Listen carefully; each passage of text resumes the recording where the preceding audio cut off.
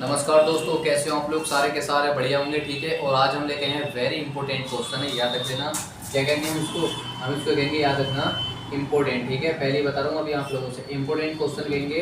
और क्वेश्चन हमारा क्या है, ठीक है, गॉस की प्रमेय का सत्यापन। याद रख लेना मेरे भाई, मेरे दोस्तों, बस मैं आप लोगों से रिक्वेस्ट करता हूँ, या तो गॉस की प्रमेय का सत्यापन आएगा या गॉस की प्रमेय का अनुप्रयोग आएगा। आशा करता हूँ कि सत्यापन सबसे ज़्यादा मात्रा में पूछा जाएगा, नहीं तो फिर इसका एक न एक अनुप्रयोग पूछ लिया जाएगा। तो मैं बस आप लोगों से दोस्तों रिक्वेस्ट करता हूँ, वीडियो अगर आपको अच्छी लगे तो लाइक कर देना और चैनल को सब्सक्राइब कर देना, प्लीज़ प्लीज़ प्लीज़, ठीक है दोस्तों। अब हम जरा करते हैं गॉस की प्रमेय का सत्यापन। तो दोस्तों, गॉस की प्रमेय का सत्यापन क्या होता है, हमने क्या बनाया, ठीक है, गॉस की प्रमेय का सत्यापन। ये मैं बहुत छोटी मात्रा में डायग्राम बना रहा हूँ, आपको थोड़ा वहाँ पर अच्छी मात्रा में डायग्राम बनाना है, ठीक है। हमने क्या काम करा, यहाँ से लेके कोई केंद्र बिंदु है, यहाँ से लेकर दूरी यहाँ तक की कितनी है दोस्तों, r दूरी पर कोई बिंदु है। क्या है दोस्तों, r दूरी पर कोई बिंदु है।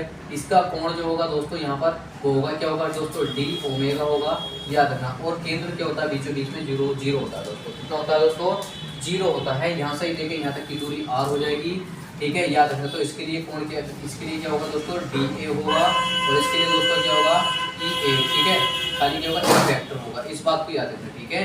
क्या होगा, E वेक्टर होगा, मैंने आप लोगों को पहले से पहले ही बता रखा है। और देखो यहाँ से लेके, ठीक है, क्या होगा, यहाँ से लेके, चाहे आप इसको छोड़ करके इसको ऐसा लिख लेंगे, ठीक है। क्या लिखेंगे, यहाँ पर कोई बिंदु, ठीक है, किसी बिंदु से कोई बिंदु तक की r दूरी होगी। यहाँ से लेके यहाँ तक की दूरी क्या होगी दोस्तों, DA वेक्टर होगी, क्या होगी, DA वेक्टर होगी, और ये क्या होगी, EA होगी। यहाँ पर क्या होगा दोस्तों, थीटा कोण होगा, और यहाँ पर क्या होगा दोस्तों, E वेक्टर होगा। तो इसमें हमें मेरे भाई कुछ नहीं करना है, डेफिनेशन के लिए क्या लिखना है, ठीक है।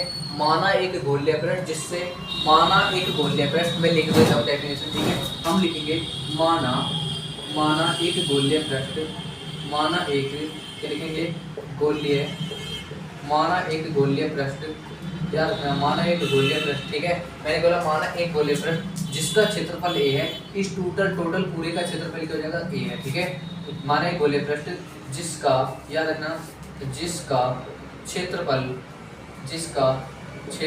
a है, जिसका क्षेत्रफल a है, याद रखना दोस्तों। मैं पहले बता रहा हूँ, जिसका क्षेत्रफल क्या है, जिसका क्षेत्रफल है, और जिसका केंद्र बिंदु O है, और जिसका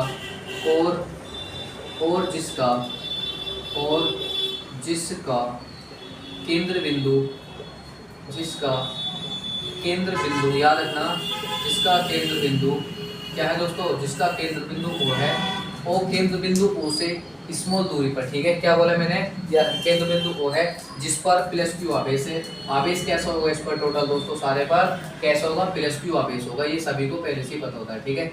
जिस पर +q आवेश है, लिख देते हैं हम, ठीक है। जिस पर क्या है दोस्तों, जिस पर +q, याद रखना, जिस पर +q आवेश है, आवेश, मैंने क्या बोला, जिस पर क्या है दोस्तों, जिस पर +q आवेश है, ठीक है, जिससे स्मॉल r दूरी पर, ठीक है, मैंने क्या बोला, जिससे स्मॉल दूरी पर, यहाँ पर कोई बिंदु P होगा, इसको बिंदु मान लेंगे P, ठीक है। जिससे लिखेंगे हम, जिससे स्मॉल r दूरी पर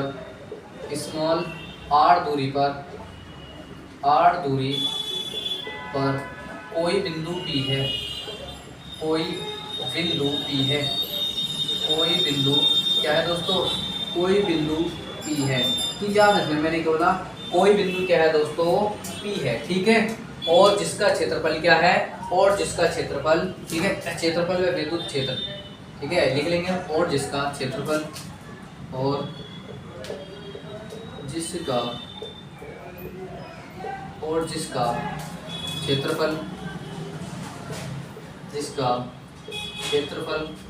याद रखना, जिसका क्षेत्रफल विद्युत विभव, ठीक है, विद्युत, मैंने बोला दोस्तों विद्युत क्षेत्र, ठीक है। और इसमें विद्युत क्षेत्र, विद्युत विभव, ठीक है, क्या लिखेंगे, विद्युत क्षेत्र के बीच, थीटा कोण बनाओ, जिस पर मैंने बोला क्षेत्रफल में विद्युत क्षेत्र के बीच, विद्युत क्षेत्र के बीच, क्या बोला मैंने, याद रखना, विद्युत क्षेत्र के बीच, मैंने क्या बोला दोस्तों, विद्युत क्षेत्र के बीच थीटा कोण, ठीक है, थीटा कोण है।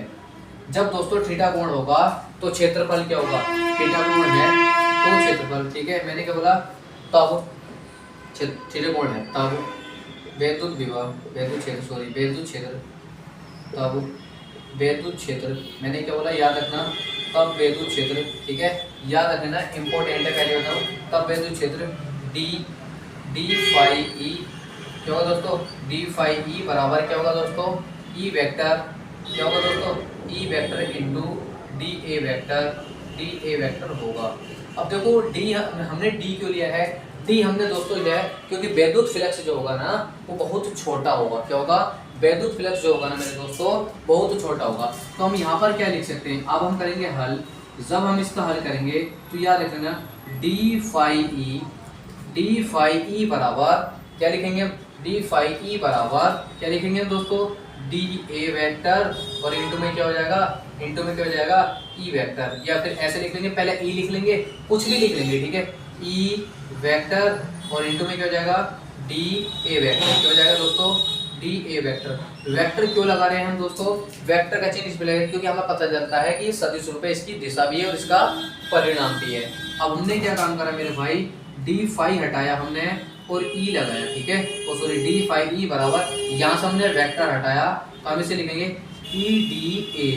अब देखो यहाँ से जो ना जब वेक्टर हटेगा तो कोस थीटा आ जाएगा, क्या जाएगा E D A cos theta आ जाएगा, ठीक है, ई डी ए क्या आ जाएगा दोस्तों, याद रखना क्या आ जाएगा कोस थीटा आ जाएगा मेरे भाई, ठीक है, क्या आ जाएगा E D A cos theta आ जाएगा। ये समीकरण नंबर बन जाएगी हमारे पास एक, क्या बन जाएगी मेरे भाई, समीकरण नंबर एक बन जाएगी। बता देना बहुत आसान तरीके से, बहुत इजी तरीके से मैं आप लोगों को समझा रहा हूँ, बढ़िया तरीके से समझा रहा हूँ, ठीक है। तब हम लिखेंगे प्लस क्यू, ठीक है, प्लस क्यू आवेश, लिखेंगे प्लस क्यू आवेश, ठीक है, प्लस क्यू आवेश के, ठीक है, कारण, प्लस क्यू आवेश के कारण, मैंने क्या बोला, प्लस क्यू आवेश के कारण, कारण बिंदु P पर, ठीक है, बिंदु P पर, ठीक है, बिंदु P पर वैद्युत क्षेत्र की तीव्रता, क्या लिखेंगे दोस्तों, वैद्युत क्षेत्र की तीव्रता, याद रखना वैद्युत क्षेत्र की तीव्रता, याद रखना। अभी मैं आप लोगों से बता रहा हूँ वैद्युत क्षेत्र की तीव्रता क्या होती है, बिंदु P पर, ठीक है, प्लस क्यू आवेश के कारण बिंदु P पर वैद्युत क्षेत्र की तीव्रता। तो वैद्युत क्षेत्र की तीव्रता जो होगी दोस्तों E बराबर क्या होगी मेरे भाई, याद रख लेना E बराबर क्या होगी आपके पास 1/4 पाई एप्सिलॉन नॉट, ये सभी को पता है, और Q अपॉन में क्या होगा दोस्तों R स्क्वायर होगा, क्या होगा मेरे भाई, Q अपॉन में क्या होगा R स्क्वायर होगा। ये आपके पास समीकरण नंबर बन के आ गई मेरे भाई 2। ये समीकरण मेरे भाई 2 बनकर आ चुकी है। अब हम क्या काम करेंगे, समीकरण नंबर 1 व समीकरण नंबर 2 से, ठीक है, समीकरण नंबर 1 व समीकरण नंबर 2 से। अब याद रख लेना, यहाँ से याद रखना इंपॉर्टेंट क्वेश्चन है, आएगा तो मेरे भाई 3 अंक का आएगा, याद रख लेना, ठीक है, आएगा तो मेरे भाई 3 अंक का आएगा या मेरे भाई 5 का भी आ सकता है, हम कुछ नहीं कह सकते इस बारे में, लेकिन इंपॉर्टेंट होता है, आप लोग बस याद रखना है, ठीक है। फिर हम लिखेंगे समीकरण नंबर 1 से, ठीक है। अब हमने क्या काम करा दोस्तों, अब हमने लिखा समीकरण, ठीक है, अब हम लिखेंगे, ठीक है, समीकरण नंबर 1 व 2 से, ठीक है, 1 व 2 से, ठीक है, 1 व 2 हो जाएंगी समीकरण नंबर, अवेलेबल हो जाएगी, सिंपल सी बात है। तो हमने क्या काम करा ना, समीकरण नंबर 1 व समीकरण नंबर 2 हमने ये रखी। अब देखो हमारे पास समीकरण नंबर 1, चलो मैं इसको मिटा, समीकरण नंबर 1 से लिखेंगे, समीकरण नंबर 1 से पहले इसको लिख लो। अब देखो समीकरण नंबर 1 हमारे पास क्या है, डी फाई ई, क्या है दोस्तों, डी फाई ई बराबर क्या है मेरे भाई, डी फाई ई बराबर ई डी ए, क्या है दोस्तों ई डी ए, और क्या है मेरे भाई कोस थीटा है, क्या है कोस थीटा है, क्या है मेरे भाई कोस थीटा है। ये समीकरण नंबर 1 तो आ गई, ठीक है, यहाँ पे लिख लेंगे, चाहे लिखना चाहो तो समीकरण नंबर 1 में समीकरण नंबर 2 का मान रखने पर ऐसा लिख लो, जैसा आपका मन करे वैसे लिख लो, ठीक है।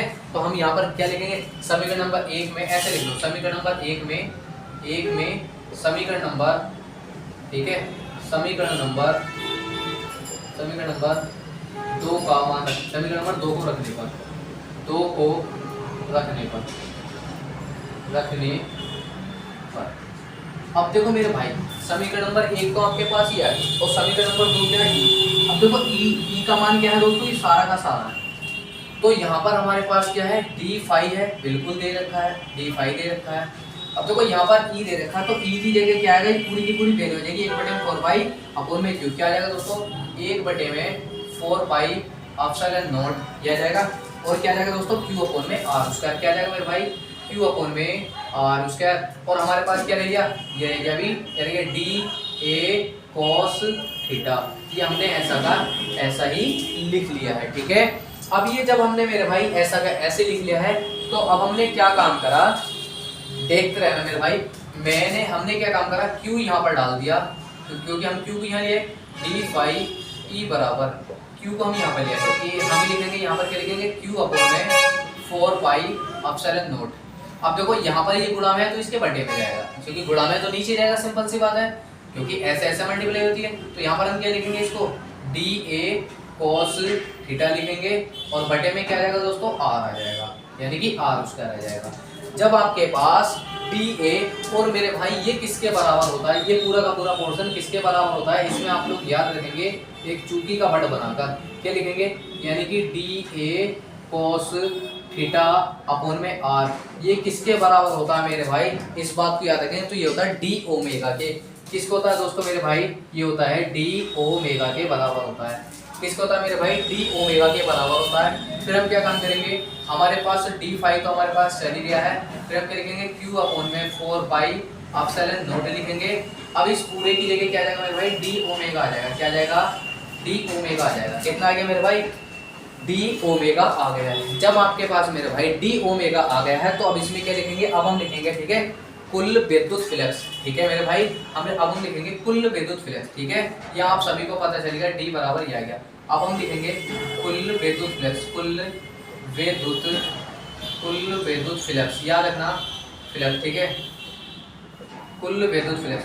तो कुल के लिए क्या काम करते हैं भाई, हम जोड़ते हैं, कुल का मतलब होता है जोड़ना, तो जोड़ने के लिए हम क्या काम करेंगे, समाकलन करेंगे। तो हम यहाँ लिखेंगे, क्या लिखेंगे, हम लिखेंगे दोस्तों D फाई, याद रखना D फाई ई बराबर समाकलन, D फाई ई बराबर क्या होगा दोस्तों, वो सॉरी कुल विद्युत फ्लक्स को करते हैं फाई से प्रतिशत, ये हम थोड़ा सा हो गए, कुल विद्युत फ्लक्स को करते हैं हम दोस्तों फाई ई से प्रतिशत करते हैं। अब हम क्या काम करेंगे, हम जोड़ने के लिए क्या काम करेंगे दोस्तों, समाकलन का प्रयोग करेंगे, और इसको कर लेंगे ब्रैकेट से बंद, यानी कि गोले से। इसका मतलब हो जाएगा वक्र बंद पृष्ठ, ये बंद जो क्या है नाम है, इसका मतलब हो जाएगा वक्र बंद पृष्ठ। फिर हम क्या लिखेंगे दोस्तों, D फाई ई आ जाएगा, क्या आ जाएगा मेरे भाई, D फाई ई आ जाएगा। अब जब आपके पास मेरे भाई इतना आ गया है, तो हम क्या लिखेंगे, फाई बराबर कितना लिखेंगे मेरे भाई, फाई ई बराबर कितना आ जाएगा।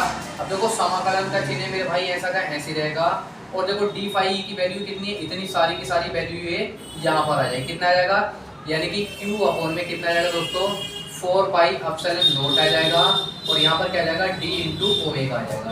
अब हम क्या काम करेंगे दोस्तों, Q/4 पाई ले लेंगे हम बाहर, Q/4 पाई ले लेंगे हम बाहर, तो यहाँ पर आ जाएगा Q/4 पाई एप्सिलॉन नॉट आ जाएगा हमारे पास बाहर, समाकलन है, समाकलन ऐसा कैसे रहेगा, और इंटू में रहेगा D ओमेगा।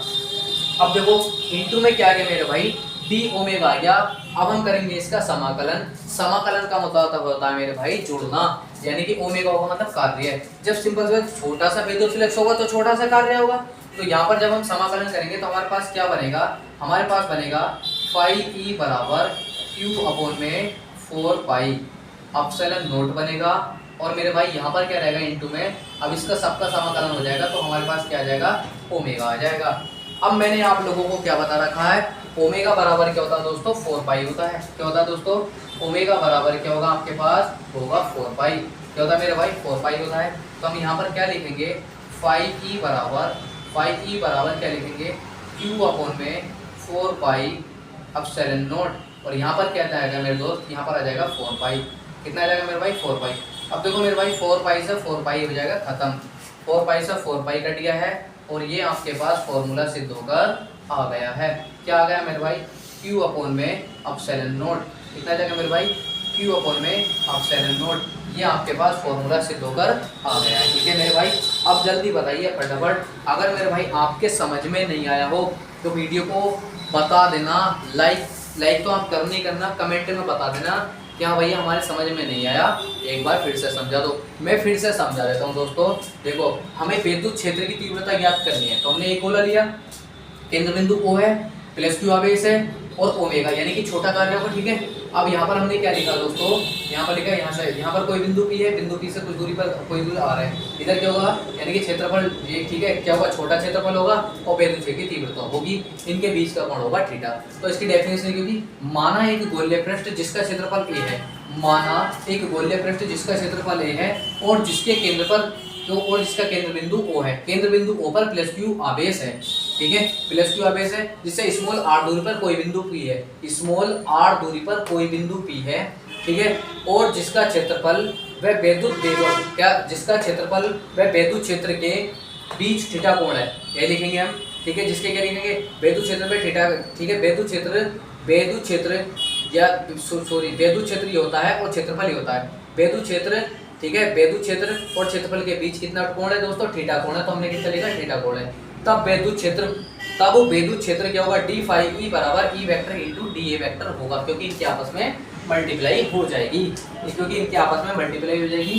फिर हम क्या लिखेंगे, हल, तो हमने क्या लिखेंगे, d फाई e बराबर कितना हो जाएगा, e वेक्टर। तो ये हमारे पास क्या दोस्तों, ये हमारे पास विद्युत क्षेत्र है, कितना मेरे भाई, ये वाला जो है ना हमारे पास, ये विद्युत क्षेत्र को दर्शा रहा है, ठीक है, कि किसको दर्शा रहा है, हमारा दोस्तों विद्युत क्षेत्र को दर्शा रहा है। अब विद्युत क्षेत्र बराबर क्या होगा, यानी कि v vector into dA vector. Vector क्यों लगता है दोस्तों, वेक्टर इसलिए लग सकता है क्योंकि सदिश रूप की पहचान बताता है।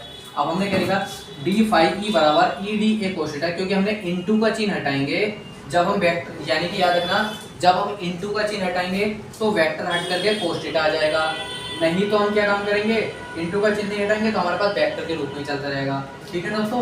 अब जब ये वेक्टर के रूप में चलता रहेगा तो हमारे पास क्या मिलेगा, यहाँ पर हमारे पास समीकरण नंबर 1 मिल गई, फिर हम लिखेंगे प्लस Q आवेश के कारण बिंदु P पर विद्युत क्षेत्र की तीव्रता E बराबर 1/4 r स्क्वायर हो जाएगा, ये होती है विद्युत क्षेत्र की तीव्रता। फिर मैंने क्या लिखा, समीकरण नंबर 1 में समीकरण नंबर 2 का मान रखने पर, समीकरण नंबर 1 में क्या काम करेंगे हम, समीकरण नंबर 2 का मान रखेंगे, तो E हमारे पास यहाँ पर दिखा रहे हैं, तो E का मान अब सारा का सारा यहाँ पर रखे जाएगा। जब सारा का सारा हमने यहाँ पर देखा तो देखो यहाँ पर देखो हमारे पास क्या, समीकरण नंबर 1 लिखी, d फाई बराबर dA कोस थीटा आ जाएगा, dA कोस थीटा आपके पास आ चुका है। जब dA कोस थीटा आ गया तो हमने क्या काम करा, इस पूरी वैल्यू को E की जगह ठाकर रख दिया और dA कोस थीटा हमारे पास इधर रह गया। क्या रहेगा दोस्तों, dA कोस थीटा हमारे पास यहाँ पर रह गया, E की वैल्यू की जगह अब ये वाला मान प्रयोग होगा, ये वाला सारा का सारा, ठीक है, ये वाला मान हमने प्रयोग कर लिया है। जब हमने इसके मान का प्रयोग कर दिया है भाई, तो काफी समय से बदले, ठीक है। अब देखो, अब हमने क्या काम करा, इसको हटा दो जाए। अब हमने क्या काम करा दोस्तों, देखो अब हमने क्या काम करा, यहाँ पर हमने इसकी जगह ये वाला मान रख दिया। अब आपको सभी को पता है d फाई e बराबर ओमेगा डी आ जाएगा, यहाँ पर d फाई e बराबर ये आ जाएगा। कुल फ्लेक्स के लिए, कुल विद्युत फ्लेक्स के लिए करते हैं हम समाकलन। हमने क्या काम करा, हमने समाकलन करा, हमने लिखा d फाई e लिखा, तो d फाई e की जगह क्या जाएगा, d ओमेगा आ जाएगा। ओमेगा की जगह हमने क्या काम करेंगे, हम करेंगे समाकलन, समाकलन में ओमेगा बचेगा, ओमेगा बराबर क्या होगा, 4 पाई होगा, तो हमने रखा 4 पाई से 4 पाई खत्म, और ठीक है, q अपॉन में ये हमारे पास आ जाएगा, e बराबर q अपॉन में ये आ जाएगा हमारे पास फॉर्मूला। यही दोस्तों इसका नियम होता है। अगर आपको वीडियो अच्छी लगे तो वीडियो को लाइक करना, सब्सक्राइब करना, कमेंट करना मेरे भाई, बस प्लीज आप लोगों से मैं इंपॉर्टेंट सीरीज चला रहा हूँ, इस बात को याद रखना मेरे भाई। वेरी मोस्ट क्वेश्चन है ये वाला भी, और कल को लेकर आएंगे हम इसके अनुप्रयोग, या तो ये आएगा या तो इसके अनुप्रयोग आएंगे, पक्का एक नए क्वेश्चन आने की संभावना है और आने की संभावना है, ठीक है। तो दोस्तों अगर आपको वीडियो अच्छी लगे तो लाइक करना और कमेंट में बता देना कि हाँ भैया समझ में नहीं आया, तो मैं इसको फिर से समझाने की कोशिश करूंगा, ठीक है दोस्तों। Okay, bye bye.